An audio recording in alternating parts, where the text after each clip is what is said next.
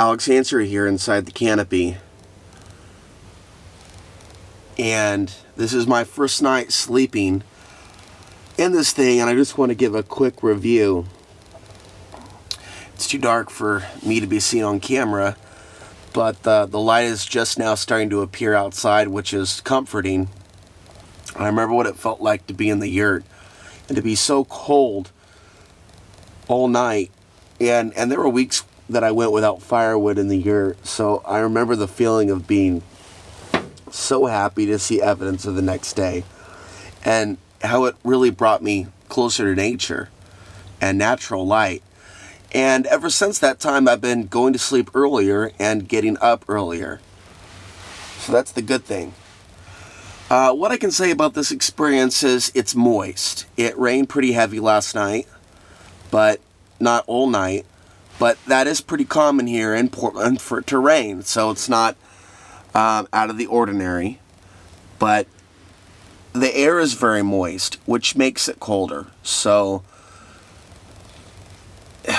in a way, it's colder of a situation than being in a yurt in the desert, because I'm in a canopy and it may be shielding me from the rain to a degree, although this is not completely waterproof. There are cracks that are allowing the water in, but it wasn't that bad. Let me go ahead and check. Yeah, I can feel water in here. But for the most part, I stay dry, but I don't feel warm. I don't feel like I have enough clothes on. I don't feel like my sleeping bag is warm enough. And, you know, without like a Mr. Buddy propane heater, it would be really difficult to live in this in the winter. So, if I'm going to be in something like this next winter, I probably won't. But let's just say I am. I need to have... Oh, I see a crack right up there.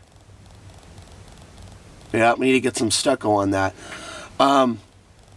What I can say is, if someone's going to stay here in the winter or be in something like this, they need to have a propane heater. The good thing about these small spaces is that you can heat it. Now, last night it was very loud.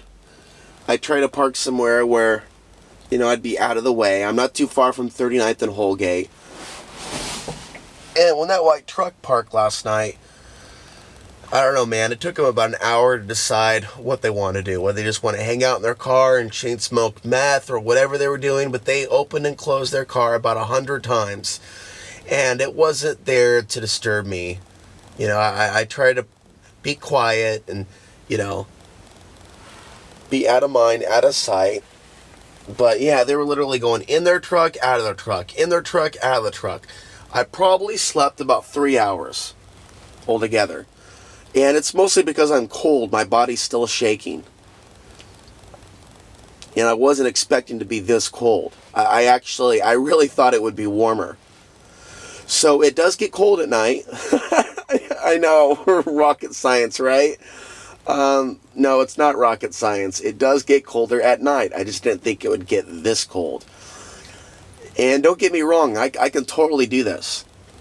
I just need to be a little bit more bundled up at night. So I need to keep my eyes open for warm clothing and things of that nature. And I'm going to get up soon and go get some coffee. Start my day. I've never technically lived in my truck for a period of time in the Portland area. And so many have that came before me. And now I've never seen this city. First of all, I've never felt so alone in Portland. And second, I've never seen rates so high in Portland. It's not a city I recognize anymore.